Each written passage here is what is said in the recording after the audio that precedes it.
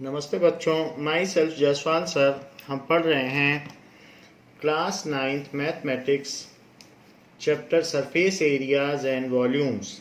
We are eight exercise 13.2 question number 9।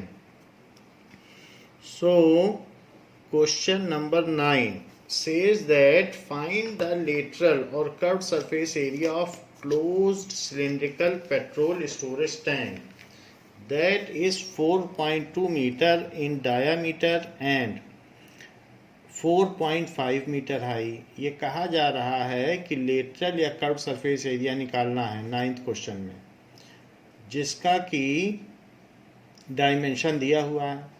How much steel is actually used if 1/12 of the steel actually used was wasted in making the steel. तो कुछ steel welding में और इन सब चीज़ों में waste हो जाती है, तो 1/12 पार्ट कहा जा रहा है वेस्ट हो गई है। सो हाउ मच स्टील खरीदी गई इसके लिए, तो ये चीज़ पूछी जा रही है। नाउ सबसे पहले एक हमारे पास इस तरीके का पेट्रोल टैंक है, तो जो बड़े बड़े ट्रक्स में ले जाया जाता है, सच काइंड ऑफ पेट्रोल टैंक्स ऐसे। So there may be some career which may be carrying such tanks. सो ऐसा टैंक कैरी करने के लिए व्हीकल्स होते हैं, जिसको कि आपने देखा है, and that are carrying such kind of tanks. So it is like this. It has dimension 4.2 meter in diameter. तो 4.2 meter is its diameter. However 4.5 meter it is high. So ये लेंथ जो होती है वही हाइट होती है। तो 4.5 metre इस सिलेंडर की हाइट है, ये चीज़ है। तो रेडियस क्या हो गया? It is 2.1 metre. और पहला पूछा गया है कि लेटरल सरफेस एरिया और कर्व्ड सरफेस एरिया बताओ। सो फर्स्ट पार्ट में LSA या CSA इसका एक है, क्योंकि जो इसका लेटरल सरफेस एरिया है, जो कर्व्ड पोर्शन है, वही लेटरल सरफेस एरिया है। That is equals to 2 πRH। So it is 2 into 22/7 into radius into height. So इसको 7 से कट कर दें तो 0.3 आ जाएगा, and it is 44 का 0.3 में मल्टीप्लाई करें। So 3 4 जा 12 and 3 4 जा 12, तो 132 into 4.5। सो 13.2 का 4.5 में मल्टीप्लाई करें। 5 2 जा 10, 5 3 जा 15 एंड 5 1 जा 5। नाउ 4 से करें, 4 2 जा 8, 4 3 जा 12, 4 1 जा 4 and 5। So it comes as 0 4 9 5 और 2 डिजिट पहले decimal. So 59.40 square metre, 59.4 metre square. तो ये चीज़ आ गई। ज़ीरो लास्ट का है तो उसे हटा भी सकते हैं। तो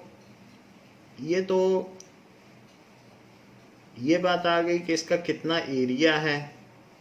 नाउ नेक्स्ट इज कि जितना भी इसका टोटल सरफेस एरिया है, क्योंकि यहाँ पर भी इसको स्टील लगी होगी और पीछे यहाँ पर भी स्टील लगी होगी, तो वो स्टील हमें टोटल इसका सरफेस एरिया निकाल लेना चाहिए।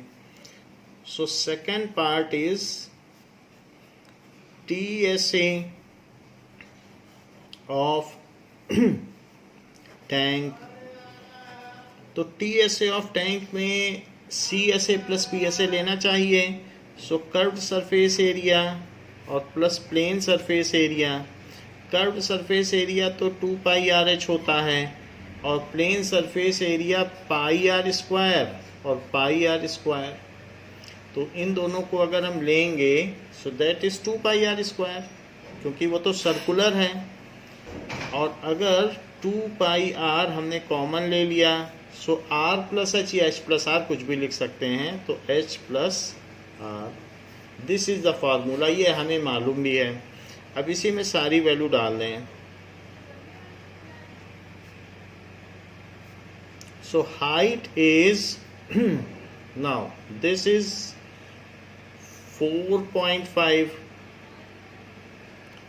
and radius is 2.1, इसको ले लें। so this is 0.3 हो गया, मल्टीप्लाई कर लें, सो 44 इंटू 0.3 और यहाँ पर 6.6 आ जाएगा। 44 से इसका मल्टीप्लाई, तो 3 4 जा 12, 3 4 जा 12, 132 इंटू 6.6, तो यहाँ इसका मल्टीप्लाई कर लें, 13.2 इंटू 6.6, 6 2 जा 12, 6 3 जा 18 एंड 19 एंड 6 1 जा 6, 6 से फिर कर लें तो 792, सो इट इज़ 2 1 1 यहाँ भी आएगा तो 7 और 8, सो 87.12 87.12 मीटर स्क्वायर, तो इसका एक्चुअल एरिया हो गया। लेकिन ये तो उसका एरिया है, कुछ स्टील वेस्ट भी हुई है, तो कितनी स्टील वेस्ट हुई है इसकी 112, so area of steel. Now let x meter square steel is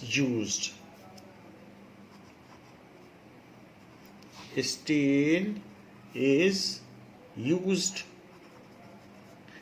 तो उसमें से 1/12 पार्ट उसका वेस्ट हो गया है। it is given that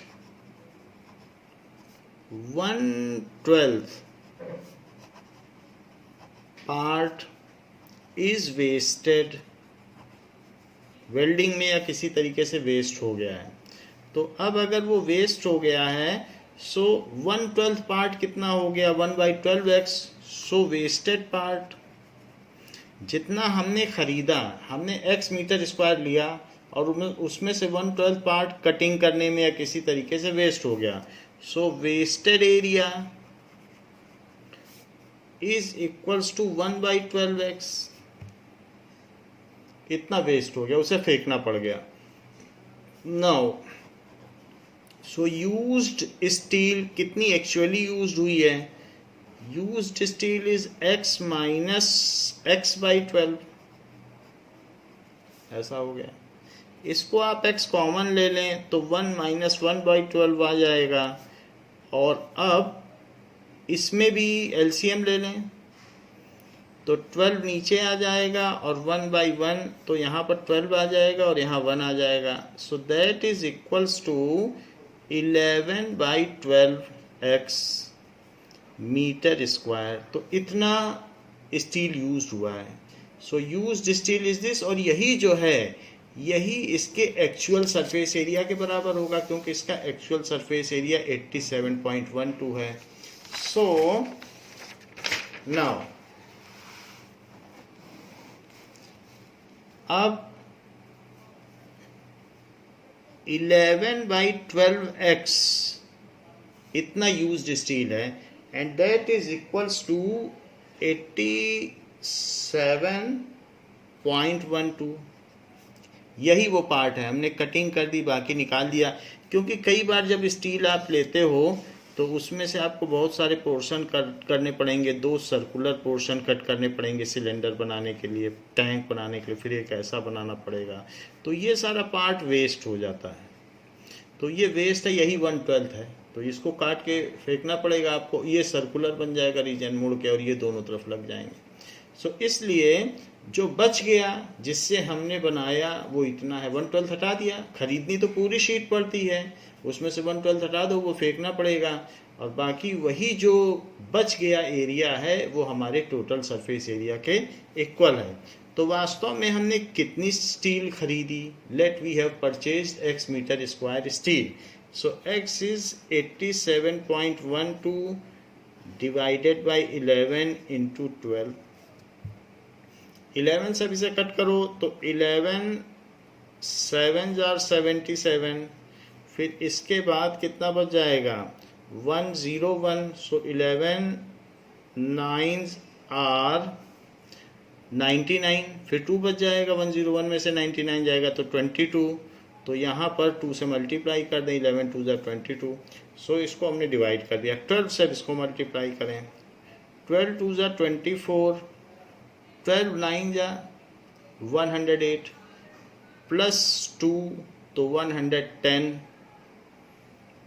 10 carry हो गया, 110 तो 11 कैरी हो गया, और 12 7 84, सो 1 इसको मल्टीप्लाई कर लें, 7.92 इंटू 12, 12 2 24, 12 9 108 प्लस 2 तो 110,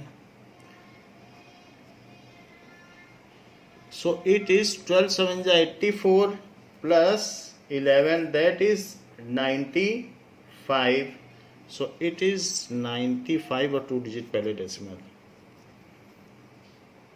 this much meter square. So actually steel actually used is this much meter square.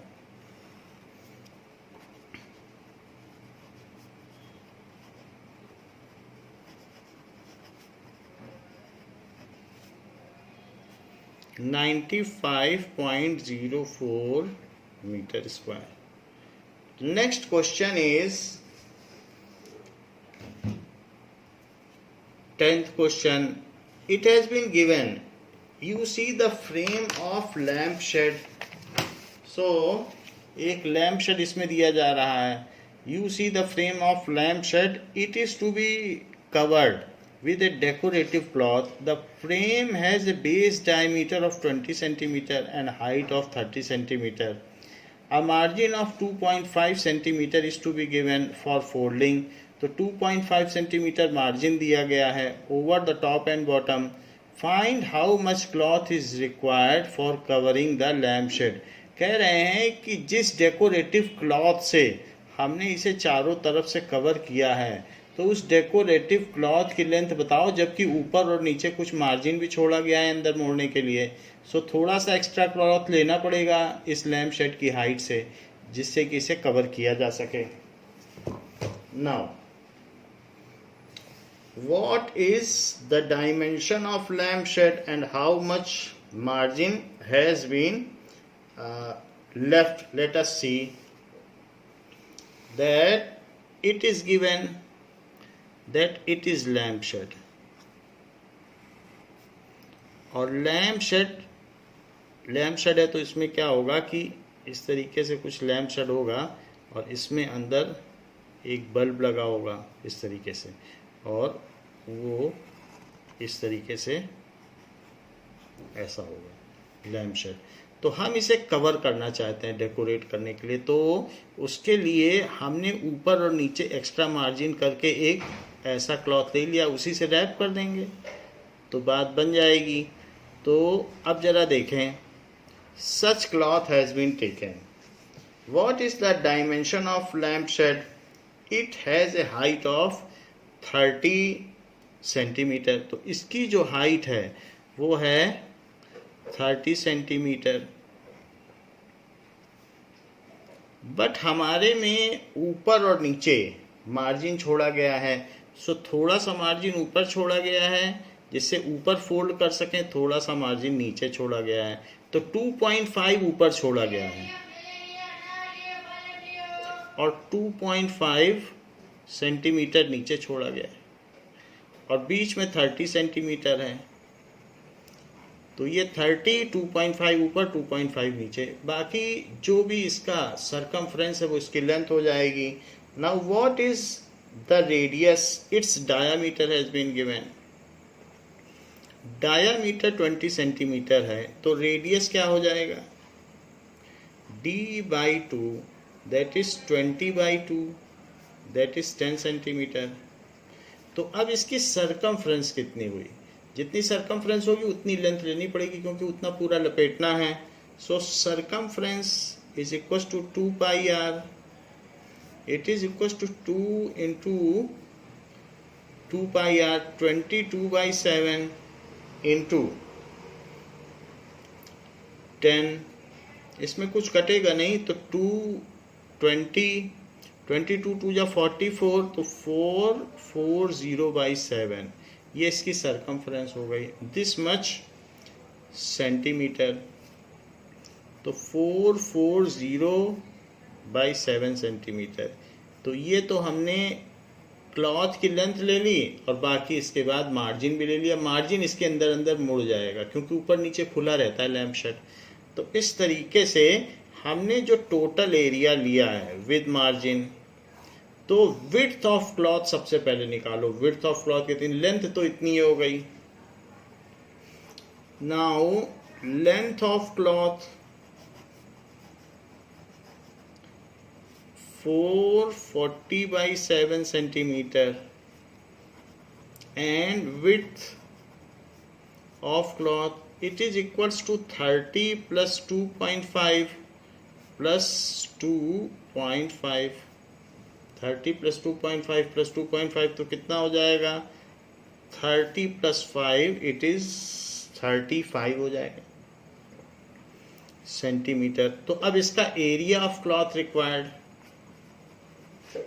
area of cloth is L into B. So 440/7 into 35. So 7 5s are 35 and it is 2200 centimetre square. तो इससे ये पता चल गया कि हमको कितना cloth required है। It is 2200 centimeter square cloth is required for making it. Now, so area of cloth required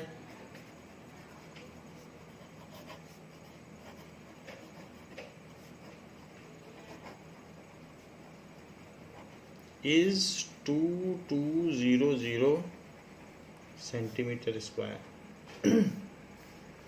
Next is 11th question. 11th question says that student of Vidyalaya were asked to participate in a competition for making and decorating pen holders in the shape of cylinders. हम जानते हैं कि pen holders cup की तरह होता है और उसमें पेन रखे जा सकते हैं।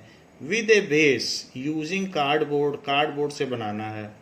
Each pen holder was to be radius 3 centimeter and height 10.5 centimeter. The Vidyalaya was to supply the competitors with cardboard. If there were 35 competitors, तो कितना कार्डबोर्ड जरूरी होगा ऐसा बनाने के लिए?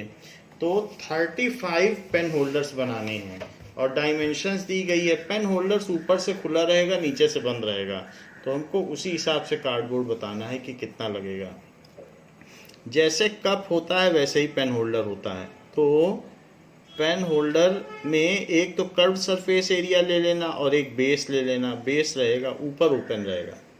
तो इसमें क्या क्या चीज़ें दी गई हैं? रेडियस दिया गया है 3 centimetre, so it is 3 centimetre and height is 10.5 centimetre. So cardboard required for one pen holder. Cardboard required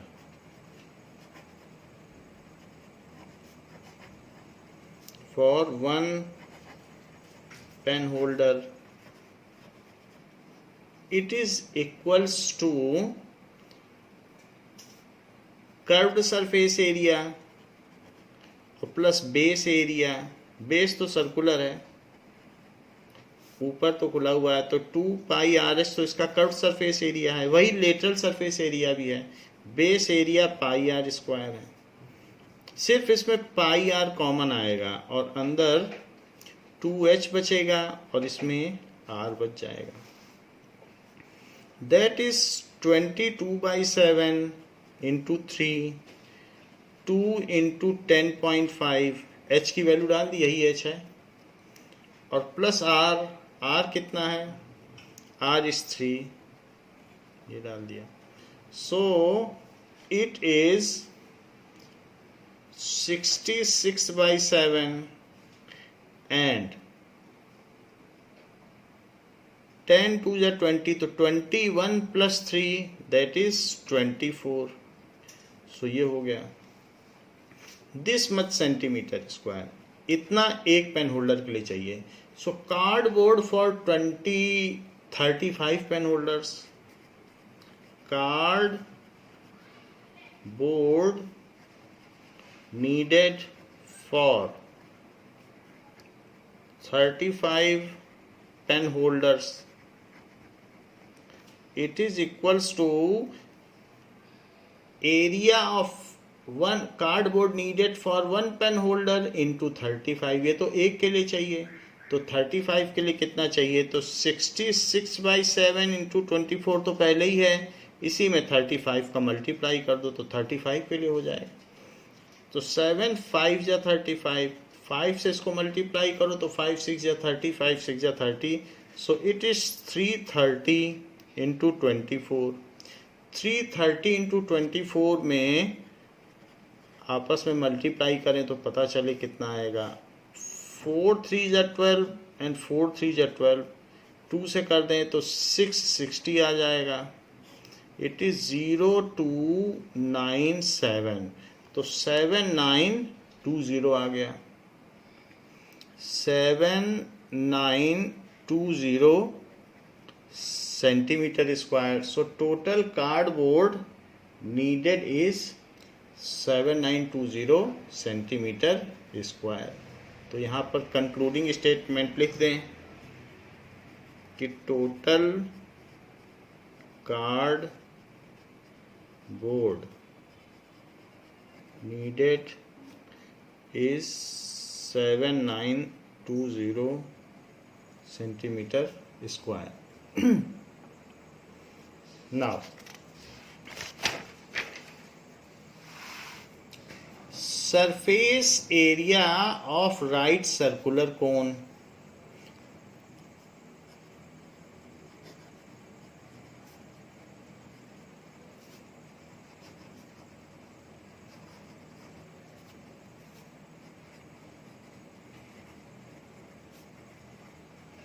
तो सबसे पहले हम ये देखेंगे कि राइट सर्कुलर कोन होता कैसे है। जैसे बर्थडे कैप होती है तो वो कैप एक राइट सर्कुलर कोन है,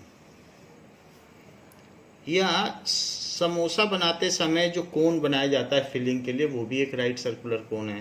राइट सर्कुलर कोन इस तरीके से होता है जिसका नीचे बेस तो सर्कुलर हो और ऊपर एक पॉइंट पे ये हो, ये एक तरीके से सर्कुलर पिरामिड होता है। तो पिरामिड तो बहुत तरीके के होते हैं, कुछ पिरामिड ऐसे होते हैं जो स्क्वायर पिरामिड होते हैं, कुछ पिरामिड ऐसे होते हैं जो ट्रायंगुलर पिरामिड होते हैं। तो पिरामिड बहुत तरीके के होते हैं, बट एक ऐसा भी पिरामिड होता है जो सर्कुलर है, जैसे यहाँ हमने दिखाया तो ये एक तरीके का ये स्क्वायर पिरामिड है। ऐसा भी हो सकता है कि ट्रायंगुलर पिरामिड हो, तो ट्रायंगुलर पिरामिड में भी इस तरीके से होता है। ये ट्रायंगुलर पिरामिड हो गया, तो ये ट्रायंगुलर पिरामिड हो गया। ऐसे बहुत सारे हो सकते हैं क्योंकि इसका ये बेस है, तो ये स्क्वायर पिरामिड होगी, दैट इज सर्कुलर पिरामिड। तो ऐसे सर्कुलर पिरामिड को हम क्या कहते हैं, right circular cone. Why it is called right circular cone, because base radius and axis of cone is at 90 degree. तो अदरवाइज सर्कुलर कोन ऐसे भी हो सकते हैं इस तरीके से, बट वो राइट सर्कुलर कोन नहीं है क्योंकि एक्सिस ऑफ कोन और रेडियस आपस में this is not equal to 90 degree. जब राइट एंगल बनाएगा तभी राइट सर्कुलर कोन है, ये सिर्फ सर्कुलर कोन है। जबकि ये राइट सर्कुलर कोन है। मेहंदी लगाने के लिए भी कोन की जरूरत पड़ती है, तो सर्कुलर कोन, उसमें भी राइट सर्कुलर कोन ही रहता है। तो ये है, तो यहाँ पर राइट सर्कुलर कोन है। राइट सर्कुलर कोन में कई चीज़ें हैं, एक तो हाइट ऑफ कोन होती है और एक बेस रेडियस होता है और एक एल होती है जिसको कहते हैं स्लैंट हाइट, तिरछी ऊंचाई, स्लैंट हाइट, ये सारी चीज़ें होती हैं। नाउ राइट सर्कुलर कोन में अगर हम देखें किसी भी कोन को तो हम इसको ओपन भी कर सकते हैं। तो अगर मान लीजिए कोन है ऐसे, now cone can be open, धीरे धीरे अगर आप इसे ओपन करने लग जाएं तो क्या होगा, फिर ये बढ़ता चला जाएगा, आप ऐसे करोगे तो, और ये इस तरीके से हो जाएगा। तो एक एंड से ही आप इसे खोलना शुरू कर दें, तो जहाँ पर यहीं से कैंची से कट कर दें और फिर जब पूरा इसको खोल देंगे तो खोलने के बाद ये क्या होगा कि ये किसी भी चीज़ को अगर आप एक सर्कल लें, ये जैसे समोसे वाला बनाता है तो इसी को करता है और इसी को यहाँ पर उठा के इस पे चिपका देता है तो कोन बन जाता है। तो अगर हम हाफ पेपर में भी ये काम करें तो हम कोन बना सकते हैं। Now see this is semi circular paper like this, ऐसा ये सेमी सर्कुलर पेपर है। तो जो समोसे वाला कोन बनाता है तो वो इसको ऐसे कर देता है और अल्टीमेटली ये कोन बन जाता है। So this is a right circular कोन, ऐसा हो जाता है। So this becomes a cone, now it is right circular कोन। तो हमने क्या किया, इस सेमी सर्कल से एक कोन बना लिया, जैसे ये चीज़ है ऐसे बनाया जा सकता है। तो आपको कुछ नहीं करना है, बस सरफेस को सरफेस से मिला दीजिए, यही बर्थडे की टोपी बन जाती है। तो यहाँ से इसको मिला दिया और now it is a cone. So it is a cone like structure. ऐसा भी हो सकता है कि आपके पास एक इस तरीके का पेपर हो, हाफ की ज़रूरत नहीं, हाफ से ज़्यादा भी हो सकता है, तो भी आप इसको अगर ऐसे मिला दें तो इसको ऐसे मिला देने पर ये कोन बन जाएगा। नाउ इट इज कोन। तो इसलिए कोन के लिए ज़रूरी नहीं है कि हाफ हो, हाफ से कम भी हो सकता है, बस आपको एज टू एज मिलानी है, वो कोन हो जाएगा। और बाकी जो ये पोर्शन है ये वाला, ये इसका अपर पार्ट हो जाएगा ये वाला, क्योंकि जब आप इसको ऐसे मिलाओगे तो ये एक तरीके का सरकमफ्रेंस का कुछ पार्ट है, पूरी सरकमफ्रेंस तो नहीं है, सरकमफ्रेंस का कुछ पार्ट है। तो जो भी सरकमफ्रेंस का पार्ट होगा वो चीज़ इसकी सरकमफ्रेंस बन जाएगी, ऐसा हो जाएगा। और इस तरीके से, और ज़रा ये देखिए जो इसकी रेडियस है वो इसकी स्लैंट हाइट बन गई है, आप देख लीजिए। जो इसकी रेडियस है, कोन में एक स्लैंट हाइट होती है, हमने आपको बताया था, ये देखिए स्लैंट हाइट, तो उस वही जो रेडियस था वो स्लैंट हाइट बन गई। हाँ, इसकी कुछ हाइट भी होगी, कुछ इसकी हाइट भी होगी, तो हाइट अलग होगी, वो हम निकाल लेंगे। और जो इसका सर्कल का सरकमफ्रेंस था वो इस कोन का सरकमफ्रेंस बन गया है, जो बचा कुचा सरकमफ्रेंस था वो इसका पूरा सरकमफ्रेंस बन गया। तो इस तरीके से होता है। तो किसी भी कोन में जब आप इसको क्या करेंगे फिर फर्दर करेंगे, हो सकता है ये भी हो जाए, हाफ वाला भी हो जाए, और नहीं तो कभी कभी तो ये ऐसे भी हो जाएगा कि इस तरीके से,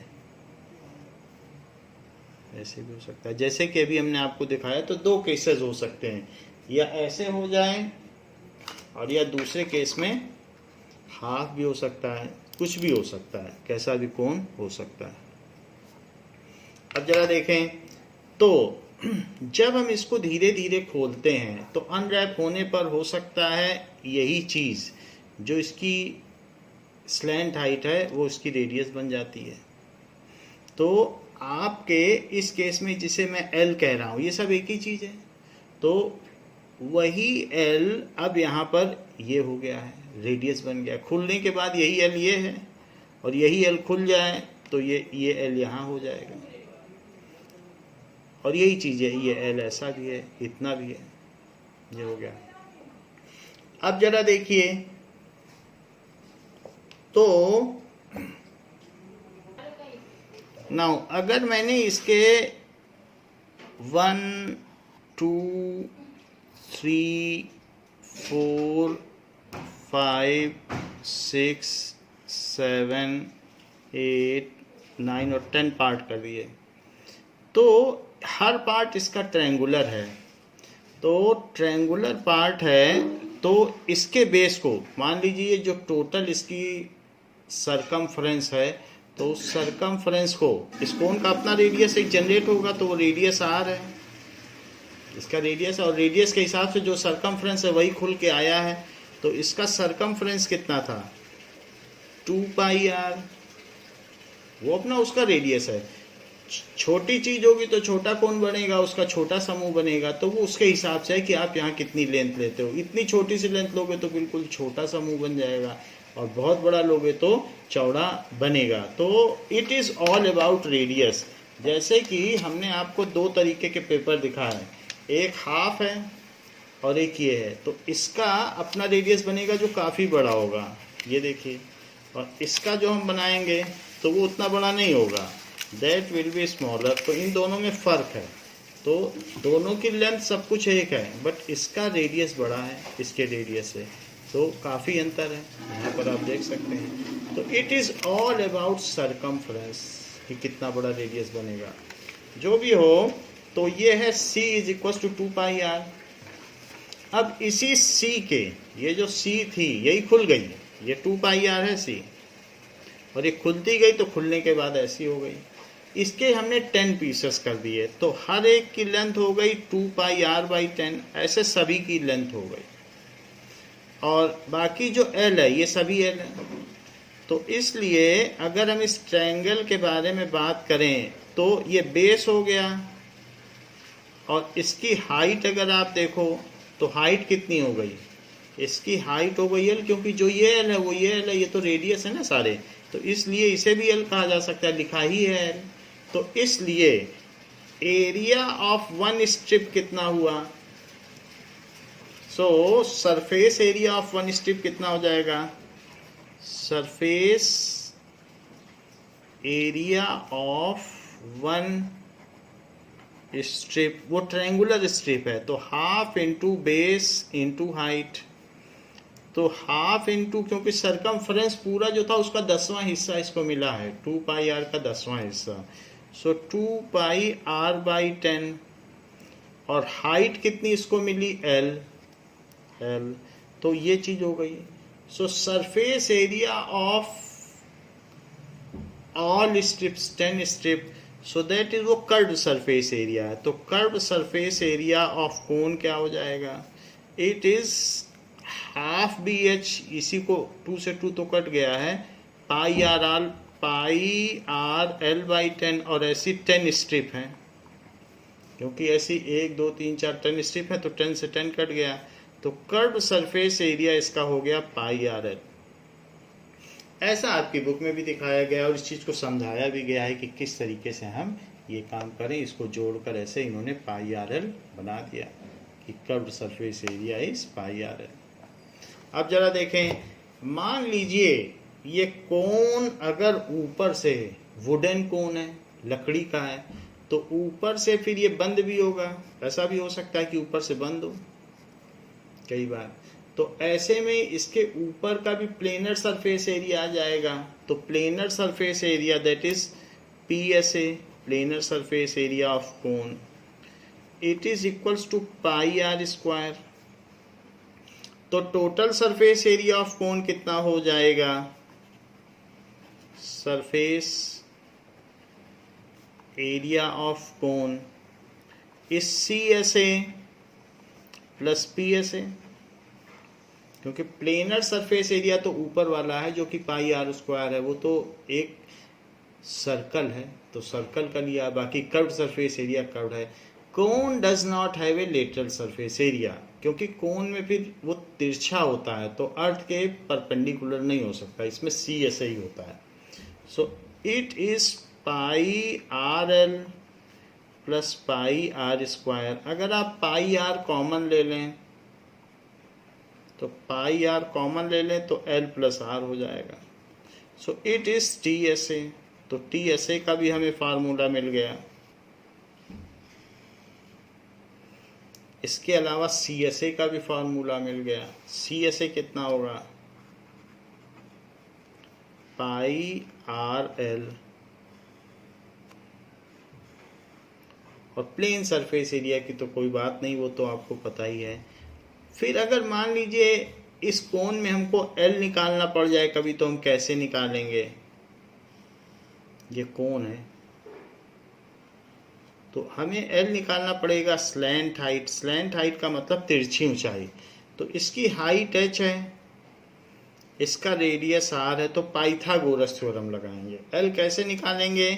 L square is equals to H square plus R square. तो ये फार्मूला है एल निकालने का, that is root H square plus R square. इसमें हमने कुछ और नहीं किया है, ये पाइथागोरस थ्योरम से हमने एल निकाला है। कभी कभी निकालना पड़ जाता है।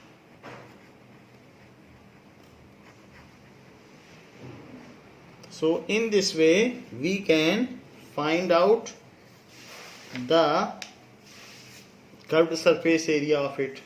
Now example number 4.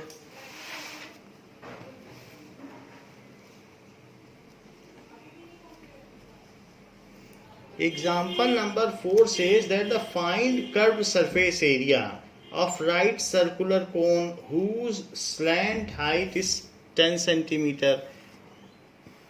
कह रहा है इसका CSA निकालो जिसकी कि slant height it is 10 centimetre and base radius is 7 centimetre, ऐसा दे रहा है। एंड टू फाइंड CSA, तो आप ये जान लें कि कोन डज नॉट हैव LSA। इसका लेटरल सरफेस एरिया नहीं होता है क्योंकि वो अर्थ के परपेंडिकुलर नहीं है, इसलिए इसमें LSA नहीं है, CSA है। कर्व है इसलिए एक CSA है, कर्व्ड सरफेस एरिया। तो उसका फार्मूला होता है pi R L. Pi is 22/7, radius कितना है 7 और लेंथ कितनी है 10, तो ये ले लिया। 7 से 7 कट गया और ये हो गया 220 centimetre square. So curved surface area of cone is 220 centimetre square. Now curved surface area of cone is 220 centimetre square. तो इस क्लास के लिए बच्चों इतना ही, इसके आगे हम नेक्स्ट क्लास में डिस्कस करेंगे।